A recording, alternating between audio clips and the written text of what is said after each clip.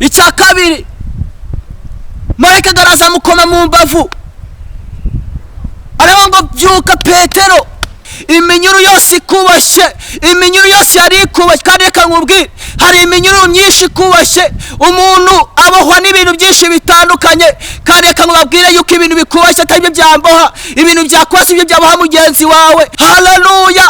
Imana niyo yohereza marayika ku buzima bwawe kuri uyu munsi wa none, kandi marayika naza ku buzima bwawe.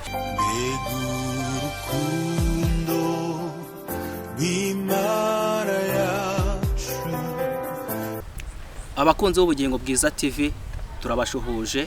Imana ibaha umugisha mu izina rya Yesu. Nitwa Hirwa Aime.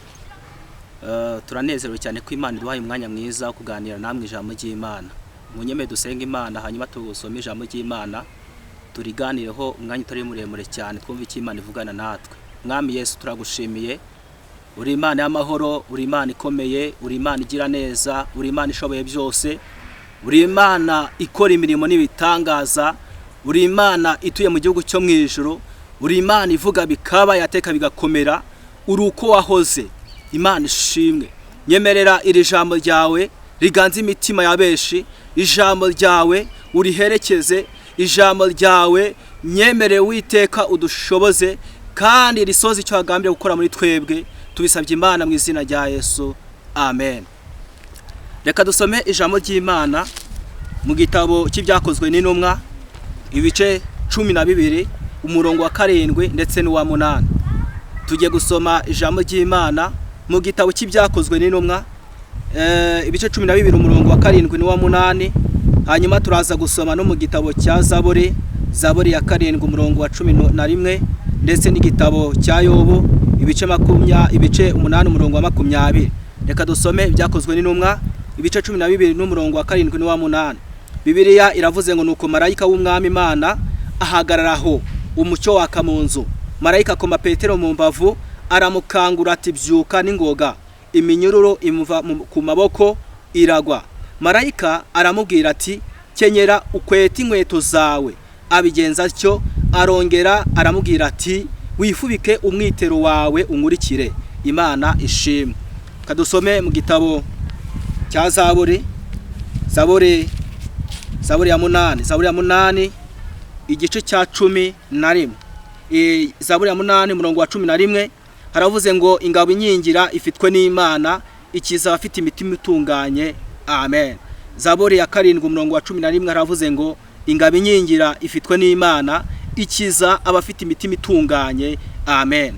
Hanyuma reka twongereho gitabo cya Yobo igice cya 8 umurongo wa 20, twumve icyo Imana ivuga. Haravuze ngo dore Imana ntizata umuntu w'intungane, kandi nizaramira inkozi z'ibibi. Dore Imana ntizata umuntu w'intungane, kandi nizaramira inkozi z'ibibi. Imana ishimwe cyane. Ndagira ngo n'aya magambo tugiye kuganiraho umwanya utari muremure, twumve icyo Imana ivugana natwe. Uwiteka nashimwe, kandi Imana ihabwe icyubahiro. Dusomye ijambo ry'Imana mu gitabo cy'ibyakozwe n'intumwa igice cya 12 n'umurongo wa 7 n'uwa 8. Inkuru ni inkuru cyangwa se na magambo musanzwe muzi. Iyi nkuru musanzwe muyizi cyane. Murabizi ko Yesu amaze kujya mu ijuru agasiga intumwa ziwe, yari yarababwiye yuko bazahura n'ikintu bita akarengane gakomeye, akarengane kadasanzwe. Ariko byaje kugenda, Yesu amaze kugenda, intumwa zahuye n'akarengane cyangwa se zinjiye mu karengane nk'uko Yesu yari yarabibabwiye. Abantu benshi barapfa, bamwe babicisha inkota, abandi babaca ibihanga, abandi babakuraho uruhu bakarukura ku muntu, abandi babashyira mu magereza, bamwe babashyira mu bakazajya bashongesha intare bakazibajugunyira zikabarya, abandi bakabatera amabuye bagapfa. Bagenda bapfa mu mpfu zitandukanye. Ubwoko bw'Imana bwinjira mu karengane, akarengane gakomeye, barapfa, bahura n'akarengane gakomeye, barapfa. Igihe kibe ngo Herode ngaraza afata Yakobo, niko Bibiliya ivuga, ngaramufata ngo amwicisha inkota. Yakobo ngarapfa. Amaze gupfa ngo abayuda ngo baranezerwa, abayuda barishima, ngo abayuda bumva baguwe neza, ngo hanyuma ngo banezererwa ngo Herode ngabonye ko niko Bibiri ivuga, ngo Herode ngabonye ko anejeje abayuda, ngo ashaka kwiyongeza n'umugabo bita Petero. Ariko reka mabwire, ntago bijya bikunda kwiyongeza umuntu Imana igifiteho umugambi mwiza. Ntago bijya byemera gufata umuntu Imana ifiteho umugambi ukomeye ngo ushaka kumwiyongeza. Ntago bijya byemera kurenganya ubwoko bw'Imana, ariko Imana itabutanze, Imana itabyemeye. Burya hari ibintu bidakinishwa. Umunyarwanda yavuze ngo umuswa wigerewe. Hari ibintu bidakinishwa. Ntago byari bwemere ko Herode nawe yiyongeza Petero, kuko Imana ari kimufiteho umugambi muzima. Kandi mwibuke yuko uyu Petero ari we Yesu yabwiye yuko amuhinduye ibuye. Mwibuke yuko uyu Petero ari we Yesu yabwiye yuko yubatse itorero, kandi ngo nubwo amarembo y'ikuzimu ngo yahaguruka adashobora kurinyeganyeza itorero ry'Imana ko ryubatse ku rutare. Urutare yabwiraga Petero yuko ari we ahindura urutare, ariko byashushanyaga Kristo. Hanyuma rero ngo Herode abonye ko anejeje abayuda, ngashaka kwiyongeza ngo na Petero, ngaramufata ngamushyira mu nzu y'imbohe, amurindisha ngo abasirikare 16. Ariko Bibiri igaragaza yuko ahantu yari aryamye muri gereza, yuko yari arinzwe n'abasirikare, yari hagati y'abasirikare ngo 2, ariko abandi ngo bamukikije. Abitoro ngo bagira umwete wo kumusengera, ngo bumvishe yuko Petero bamushize mu nzu y'imbohe, yuko Herode agomba kumwica nawe, ngagira umwete wo kumusenya, kumusabira ku Mana. Ngo baragenda barasenga, batabaza Imana, basengera Petero, baramwingingira ku ijuru. Ijuru ngo riratabara, ijuru ngo giga ku kibazo cya Petero, ngo rwaje ngo ryohereza marayika ngo arimanukira, ngasanga Petero aho yari aryamye muri gereza. Ngamaze kuhamusanga marayika, ngamaze kugera mu nzu ya gereza, Bibiri iravuga ngo icyambere cyabanze nuko umucyo ngo watse muri gereza, umucyo uraka. Yesu nahabwa icyubahiro. Umucyo ngo waka muri gereza. Iyo marayika hageze umucyo uraka. Buryo ubona ibintu bikiri mu mwijima, buryo ubona ukiri mu mwijima, nuko marayika atari yahagera. Umunsi marayika yaje umucyo uzaka. Umunsi marayika yahageze umucyo uzaka. Impamvu ubona ibintu bitarimo biragenda, nuko marayika atari yaza. Marayika nazi ibintu bizakunda. Marayika amaze kuhagera, ikintu cya mbere cyabanje umucyo waratse. Ntago marayika amanuka ngo umucyo ngo mwijima ukomeze ubudike, ntago byemera, ntago bikunda. Byanga byakunda umucyo uraboneka, umucyo uragaragara, umucyo uragaragara. Iyo marayika aje umucyo uragaragara. Imana ishimwe. Icya kabiri, Bibiri iravuga ngo abasirikare bahita bahumishwa cyangwa se barahuma, barasinzira. Mwibuke muri Egiputa, ibigeragezo byose Imana atezaga Egiputa, i Gosheni ngo babaga bameze neza, baguwe neza. Umwijima wabaye muri Egiputa, i Gosheni umucyo warabonekaga. Iyo marayika akumurikiye, afata ibyari ibibazo imbere yawe, akabihumisha, bikagaragara yuko biri mu mwijima, ariko wowe uri murabona ari umucyo. Iyo marayika yahageze, umucyo uragaragara ku buzima bwawe. Impamvu ubona ukiri mu mwijima nuko marayika atari yahagera. Icya kabiri, marayika agaraza mukoma mu mbavu, aravuga ngo byuka Petero. Biravuga ngo iminyuru yari imuboshye yose ngiragwa yikubita hasi. Ibyari bimuboshye byose kuri Petero, ibyari biboshye Petero byose ngo biragobodoka, iminyuru ngo yikubita hasi iracika. Reka mubwire impamvu kiboshwe, impamvu hari iminyuru ikikuriho, nuko marayika w'umwabiba, nuko marayika w'Uwiteka hatari yamanukira ubuzima bwawe. Ariko ijuru ririnyemerera muri uyu munsi, ijuru ririnyemerera muri aka kanya, ryohereze marayika wayo ku buzima bwawe. Marayika naza, iminyuru yose ikuboshye yose iracika, iracika, iracika ku buzima bwawe. Haleluya! Imana niyo yohereze marayika ku buzima bwawe kuri uyu munsi wa none, kandi marayika naza ku buzima bwawe iminyururu yose ikuboshye, iminyururu yose yari ikuboshye. kandi reka nkubwire, hari iminyururu myinshi ikuboshye, umuntu abohwa n'ibintu byinshi bitandukanye. kandi reka nkubabwire yuko ibintu bikuboshye atari byo byamboha, ibintu byakwasi ibyo byaboha mugenzi wawe. abantu baboshywe n'ibintu byinshi bitandukanye, ariko reka mbatangarize ijambo rivuga yuko nuko marayika atari yahagera, umunsi yahageze.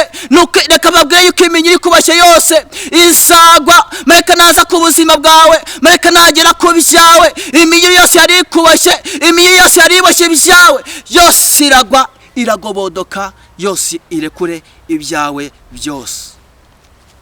icya gatatu cyabaye ngo marayika abwira Petero, aramanga nubwo bari barakwatse ibintu byose, bagiye gufunga Petero ngo bamwambuye inkweto ngo bazitera nkereya, ngo bamwambura ngo umwitero yambaye ngo nabo bawutera nkereya. mu yandi magambo, hari ibintu Satani yakunyaze, hari ibintu Satani yajyanye, hari ibyo Satani yanyaze, hari ibyo Satani yatwaye. ariko mu by'Imana izakora yohereje marayika, mu byo marayika azakora amaze kugera iwawe, nuko azagusubiza agaciro wambuwe, nuko azakugarurira ibyawe Satani yatwaye, ibyawe Satani yanyaze. marayika nagera iwawe azabikugarurira, azabigarura byose hatavuyemo n'ikintu n'iki na kimwe. marayika nagera mu nzu yawe, marayika nagera mu rugo rwawe, ikintu azakora cya gatatu nuko azakugarurira ibyawe, ibyo Satani yakunyaze, ibyo Satani yajyanye, imigisha yawe Satani yafungiranye, imigisha yawe Satani yakunyaze, imigisha yawe Satani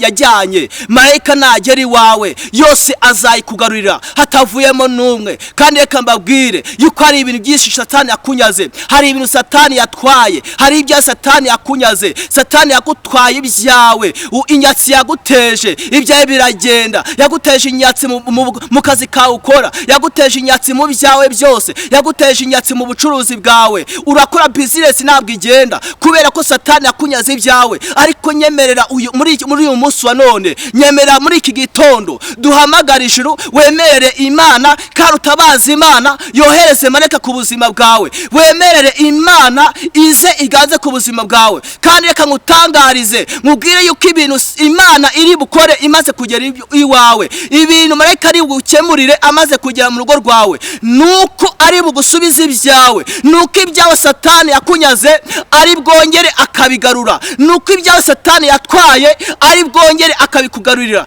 Imana ntabwo ishobora gukora ikosa ryo kugera iwawe ngo igusige uko yagusanze. Imana ntabwo yakora ikosa ryo kugera mu muryango wawe ngo ibure kutagugarurira ibyawe. Imana nikugarukaho ntabwo iri bure kugarurira ibyawe Satani yatwaye. marayika abwira Petero, arama ngo fata inkweto zawe bakwambuye uzishiremo uzambare. Haleluya.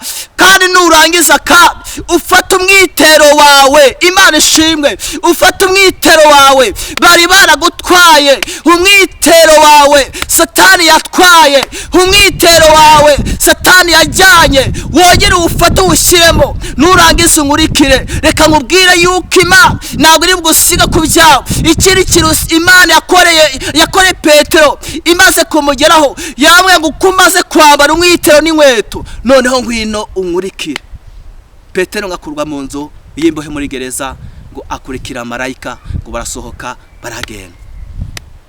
ndagira ngo ubwire yuko Imana nigera mu rugo rwawe, nigera mu byawe, ntabwo iri bugusige uko yagusanze. ntabwo Imana yagusiga muri gereza yamanukiye kugutabara. Imana yagambiriye kukurengera, ntabwo yagusiga muri iyo gereza. ushobora kuba uri muri gereza y'ubukode bwarakugoye, ushobora kuba uri muri gereza y'ubushomeri, ushobora kuba uri muri gereza yo kutabyara, kubura urubyaro, cyangwa se uri muri gereza yo kubura imigisha myinshi itandukanye muri iyi si ni myinshi, cyangwa se kubura ubwishyu bw'ibintu byinshi bitandukanye, cyangwa se kubura umuntu wakurengera. hari igihe umuntu ahura n'ibibazo akabura umuntu wamurengera, akabura umuntu wamuvuganira kubera ibibazo byinshi bitandukanye kuri iyi si.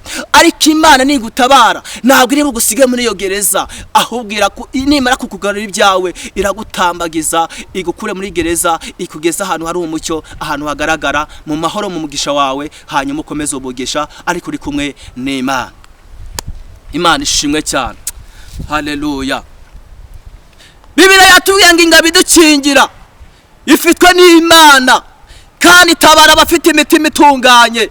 reka babwire ko ingabo yadukingira, ingabo yakingira abanyarwanda, ingabo yakingira isi yose, ingabo yagukingira mama, ingabo yagukingira papa, ingabo yabasha kugukingira, ingabo yabasha kugutabara, ingabo yabasha kukurengera. Nuyishakire mu mafaranga, nuyishakire mu butunzi, nuyishakire muri bya biri byose, umva nkurangira ahantu ingabo yakurengera ituye, ahantu yakurengera iherere. Ingabo ireherereye ku Mana, ni Imana ifite. Ingabo yagutabara yakurengera ifitwe n'Imana, ni Imana yonyine ifite. Kandi iyo ngabo ngitabara abantu bafite imitima itunganye. Imana ishimwe. Reka mbabwire yuko randevu ari ugukizwa. Reka mbabwire yuko ingabo icyakurengera cyangwa se ikintu wakwitwaza nuko wakwicisha bugufi imbere y'Imana. Hanyuma Imana ifite umugambi mwiza wo kukugira neza. Imana izagukoza isoni nuyiringira. Imana yagutererana uramutse uyiringiye. Ingabo yagukingira ifitwe n'Imana kandi itabara abafite imitima itunganye. Tapi donesans. Haleluya. Ingabo yakurengera ifitwe n'Imana, ingabo yakurengera ifitwe n'Imana. Niyo zagira umuntu ugushuka ngakujyane mu bapfumu ngo niho ingabo yakurengera ituye. Ntago byemera aho ngaho, ntago byemera. Nabo iyo bagiye gukora bya bindi byabo batabaza Imana kandi yabe Imana yari dufashije umuntu agakira. Ntago byemera. Niyo zagira umuntu agushuka ngo gutunga amafaranga menshi, ntago bikunda. Cyangwa se ngo nukwiye ukaminuza ni byiza, ariko ntago ari ryo yagutabara. Muno guturuka mu miryango ikomeye ni byiza kwiturukamo, ariko ntago ariko bimeze. Ntago byemera. Kuko hari ahantu bagera imbaraga z'umwana w'umuntu zigacika. Aho reka nkurangire ahantu ingabo yagutabara iherereye. Haleluya. Reka babwira ahantu ingabo yagutabara iherereye. Ingabo yagukingira ifitwe n'Imana, kandi ingabo itabara abantu bafite imitima itunganye, abantu bafite imitima iciye bugufi, abantu bafite imitima bashize kuma. Nibo bonyine bafite icyabarengera, kandi icyabarengera gifitwe n'Imana. Icyabarengera n'Imana gitunze, kandi iyo ngabo ntago Imana izabura kwifata ngo ikirisha abantu bayo bahitakira ku manywa na nijoro. Jambo ryatubwiye neza. Yobu yanditse mu gice cya 8 umurongo wa 20 twasomye. Ijambo ry'Imana ryavuze ngo ntizata umuntu w'intungane. Imana ntizata umuntu w'intungane, kandi Imana ntizaramira inkozi y'ibibi. Ni ibintu bibiri. Umuntu w'intungane Imana ntizigera imuta.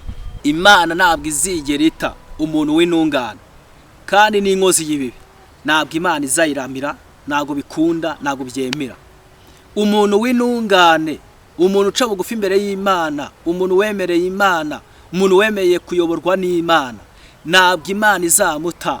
Nubwo byaba ari mu gihe kigoye, igihe cyose waba uhagazemo, ibihe byose waba urimo, ibibazo byose waba ufite, ibigeragezo byose waba ufite kuri uyu munsi cyangwa se muri ubu buzima, ntabwo Imana izigera iguta.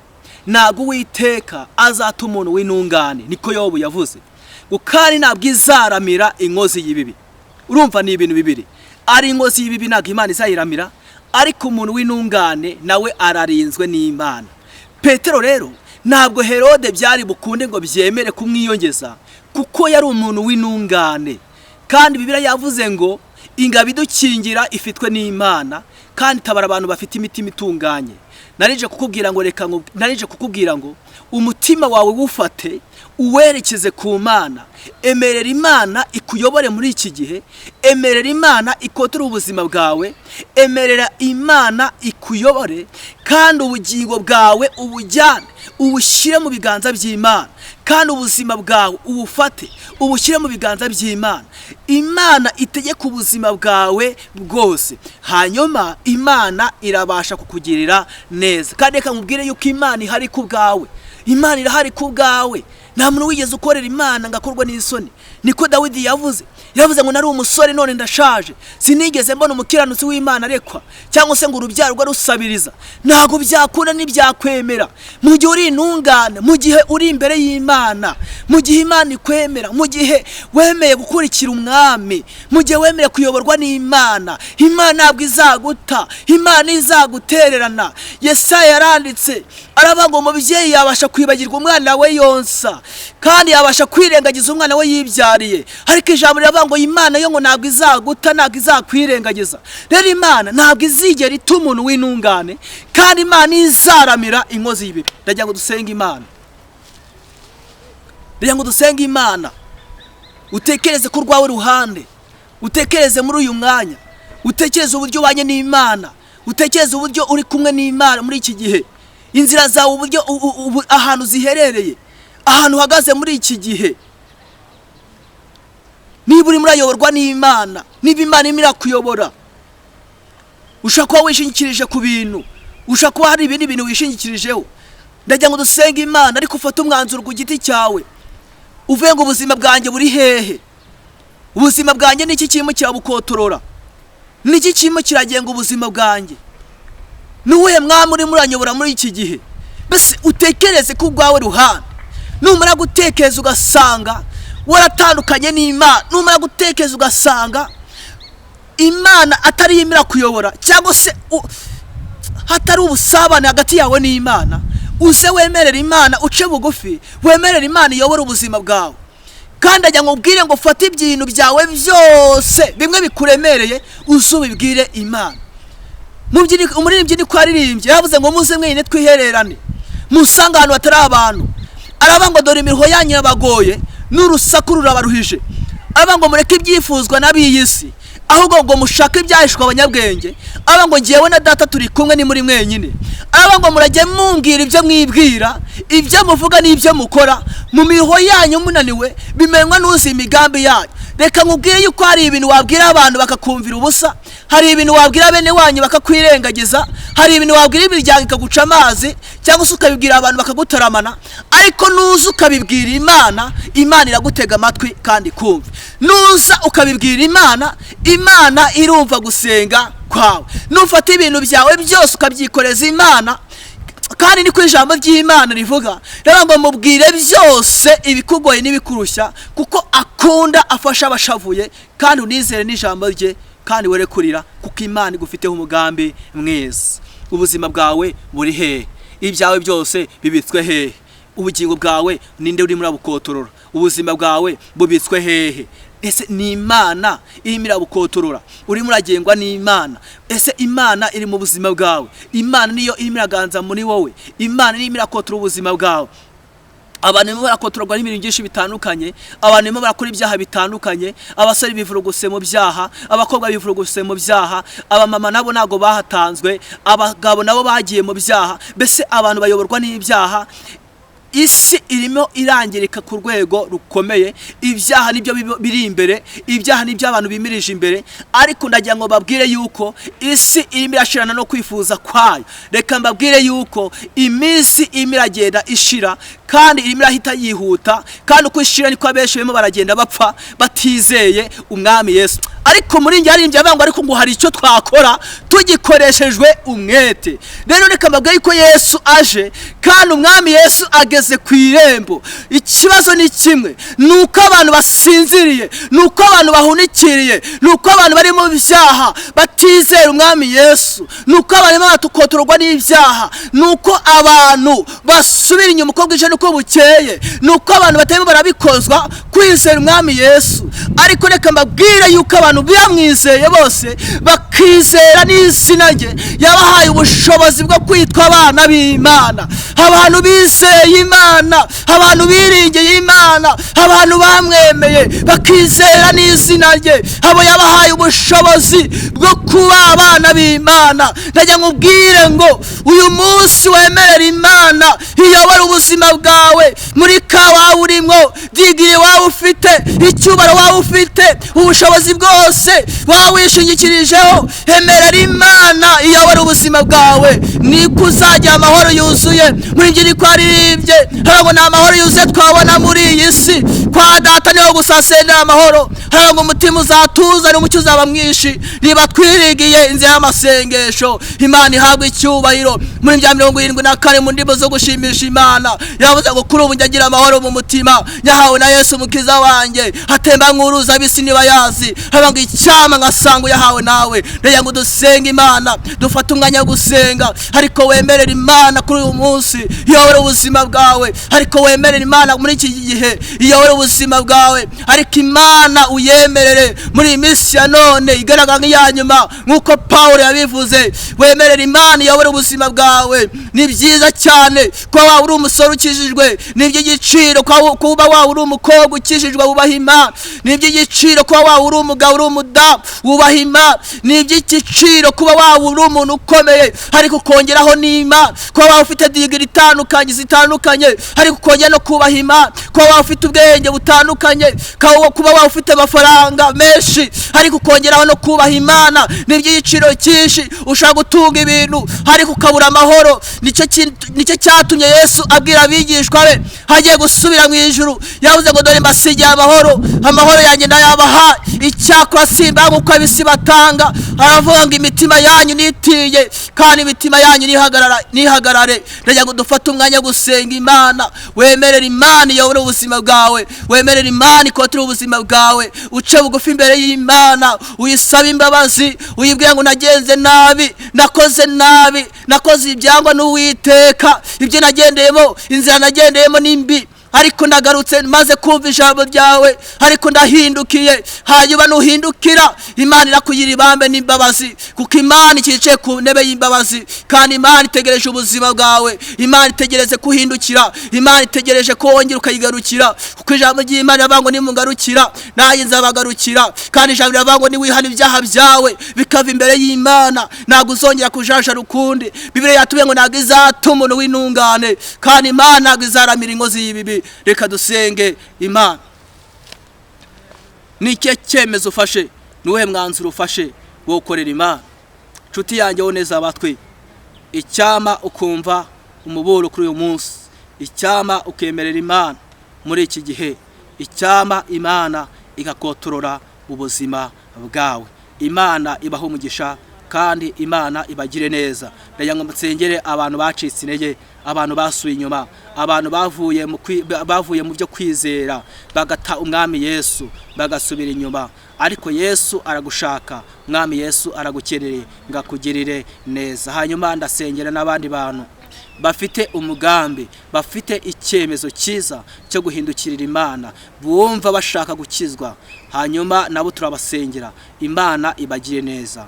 Mwami Yesu turagushimiye, uri Imana y'imyembabazi, uri Imana ikomeye, uri Imana ibabarira, uri Imana ikicaye ku ntebe y'imbabazi. Cyakora igihe kiri bugufi kugira ngo intebe y'imbabazi ihagurukeho, uje gucira imanza abazima n'abapfuye, abakomeye n'aboroheje, abantu bose batuye muri iyi si yose. Igihe kigiye kugera, ariko uyu mwanya sengeye umutima w'umuntu uwo ari we wese wakwizeraga ariko agasubira mu byaha, wagukiranukiraga ariko akava mu byizerwa, wari waraguhindukiriye ariko agasubira inyuma. Ndamusengeye amaze kumva ijambo ryawe, yumvishije yaracitse intege, yumvishije yasubiye inyuma. Ndamusengeye Uwiteka, haleluya, kugira ngo umugirire neza, imbaraga zisumba byose simube bugufi, kandi wongeye umwigarurire umutima wawe. Turawusengeye kugira ngo ufatwe n'Imana, umwongerere imbaraga, umwongerere inkomezi, umushingira amabuye abashe gutambukaho, kandi wongeye umubabarire, wongere kandi umbe kwizera gufatika, kandi wongeye umwemerere agaragare mu bana bawe, yongere kandi yinjire mu bukumbi wawe. Imana ishimwe. Kandi senge umuntu wumvishe ijambo ryawe akumva ari umunyabyaha, akumva nakijijwe, akumva yaretse umwami Yesu,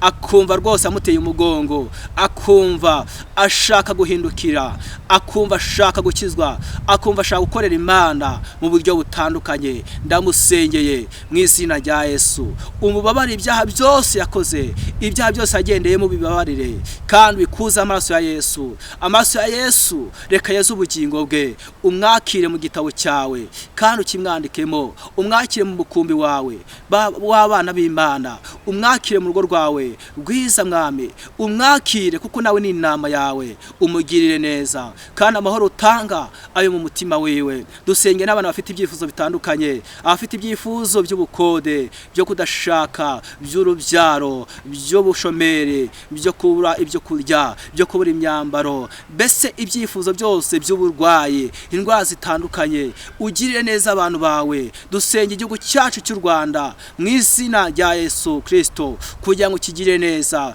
Hereza umugisha abayobozi bacu mwami mu izina rya Yesu, n'abayobozi beza umugisha waduhaye kandi batuyobora mu buryo bwiza bukwiriye, ubongerera inkomezi, ubongerera imbaraga, ubongerera ubwenge, ubakomereza amaboko mu izina rya Yesu Kristo. Dusengeye abantu bose bate mu gihugu cy'u Rwanda kugira ngo bahe umugisha ndetse n'imbaraga, kandi ugabanure umubare w'abarimbuka, wongere umubare w'abakizwa, kandi mwami Yesu Kristo utugirire neza. Ibyorezo byose ubikure mu gihugu cy'u Rwanda ndetse no kwisi yose muri rusange. Turagushimiye, hereza amahoro abantu bawe kandi ubagirire neza, ubateze intambwe muri iki gihe cya none. Uhumugisha abantu bose badukurikiye, dusaba umugisha abakunzi b'ubugingo bwiza TV kugira ngo bagiye neza mu mirimo bakora yose, mu byo bakora byose, za business bakora, imirimo itandukanye ahantu hose baherereye, haba mu Rwanda ndetse no hanze y'u Rwanda. Ubahumugisha kandi ubambike imbaraga, ubashoboze muri byose. Turagushimiye kuri kumwe natwe, turagushimiye kubikure kwiyubahisha, turagushimiye kutanza amahoro, turagushimiye ko hari ikintu uremye kandi hari ikintu ukoze muri iyi minsi, muri iki gihe. Tubisabye Imana mu izina rya Yesu, amen. Nomero zacu ni 0784208852. Usibye yuko ziri no hasi aho ngaho, mubugiye ku bugingo bwiza TV mukafungura, nomero zacu ziba ziraho hasi, mwafungura mukazireba, hanyuma mukamwaduhamagara, mukadutera inkunga, mukaduha ibitekerezo, mukadusengera. Mbese twifuza inkunga yanyu. Murakoze, Imana ibahe umugisha kandi Imana ibiteho, Imana ibagirire neza. Shalom, shalom, shalom. Imana ibahe umugisha.